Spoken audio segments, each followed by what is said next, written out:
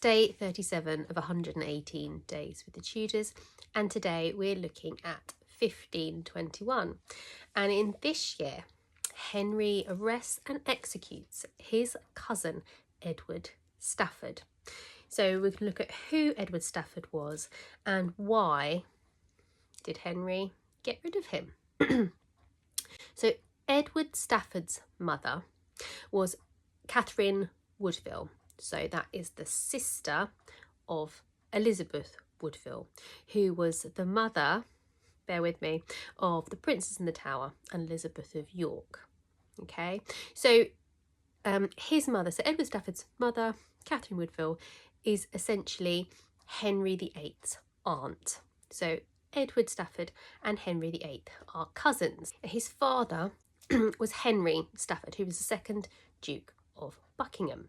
Now, he had, in one sense, been implicated in the possible murder of the Princess in the Tower along with Richard, but in 1484 he rebelled against Richard III and he was executed, and obviously at that time that meant all of his titles and everything went with him. But when Henry VII came to power, he reinstated this to the family, so they got their lands and their titles back, which meant that Edward Stafford could then go on to be a Duke of Buckingham himself. Also, after the Battle of Bosworth, Edward Stafford's mother was married to Jasper Tudor, who, if you remember, is Henry VII's uncle, who was in exile with him. So they're obviously quite a favoured family. Edward Stafford attended Henry VII's coronation, and his wardship was actually granted to Margaret Beaufort. So even though he now had a new stepfather in Jasper Tudor, his kind of care and education is entrusted to the king's mother, Margaret Beaufort. In 1489, he marries into the influential Percy family, marrying Eleanor Percy, and he has a pretty good role at court. He's always taking part in the celebrations.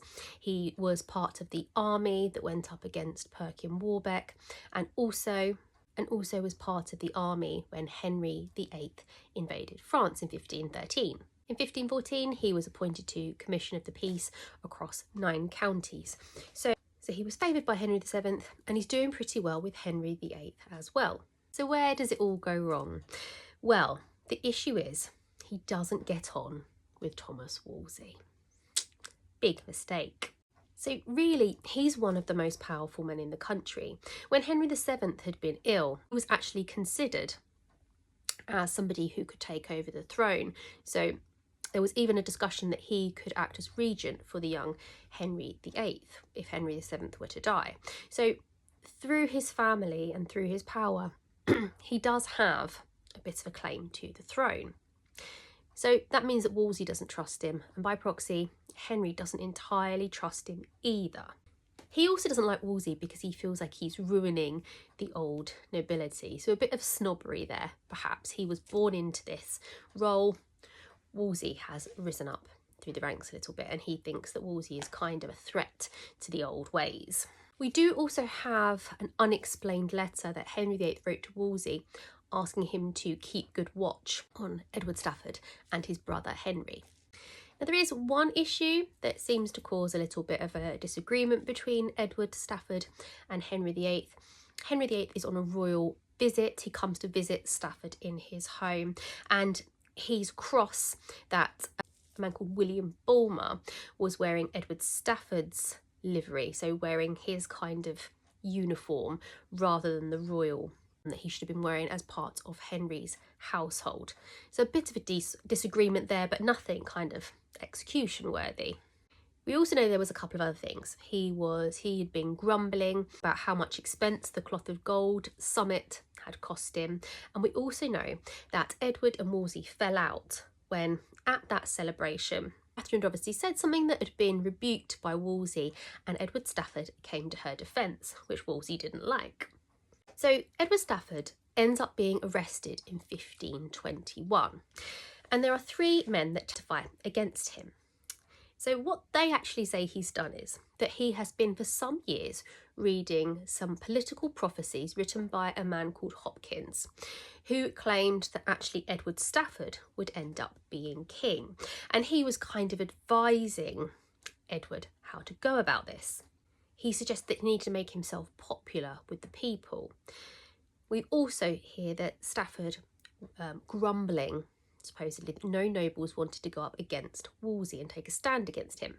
So 2 things that were particularly bad about him reading these prophecies. These prophecies suggested that because the Tudor family had killed the Earl of Warwick way back in 1499, they were now under a curse, and that's why Henry couldn't produce any legitimate male heirs. And it obviously also suggests that Edward Stafford could be king. It seems like Wolsey's had done a bit of a clever play here. Edward Stafford can't deny he has a claim on royalty. That's in his blood. He can't help that. But it has been twisted, or so it would seem, to suggest that while he's acknowledging this claim, the government are trying to say, no, he wants to actually end the king's life and take up that claim. So ultimately, his royal blood is dangerous and he doesn't get on with Wolsey, and that is his downfall. Maybe he was reading these prophecies and maybe he had had conversations about wanting to get rid of Wolsey, but it seems like, again, like one of those things that have been twisted because somebody was getting a bit too big for their boots, perhaps, and a little bit too much of a threat to Henry, perhaps, but certainly seems like a bit of a threat to Wolsey. And as we know, Wolsey is a very clever man. So, 1521, Edward Stafford, Duke of Buckingham, is tried. So he's arrested in the April, he's tried in the May, and he's executed fairly quickly afterwards. Was it deserved? Was it ever deserved with Henry VIII? I thought he was quite an interesting character. I hope you enjoyed hearing about him. Tomorrow is 1522, when a certain lady appears at the court for the first time. See you then.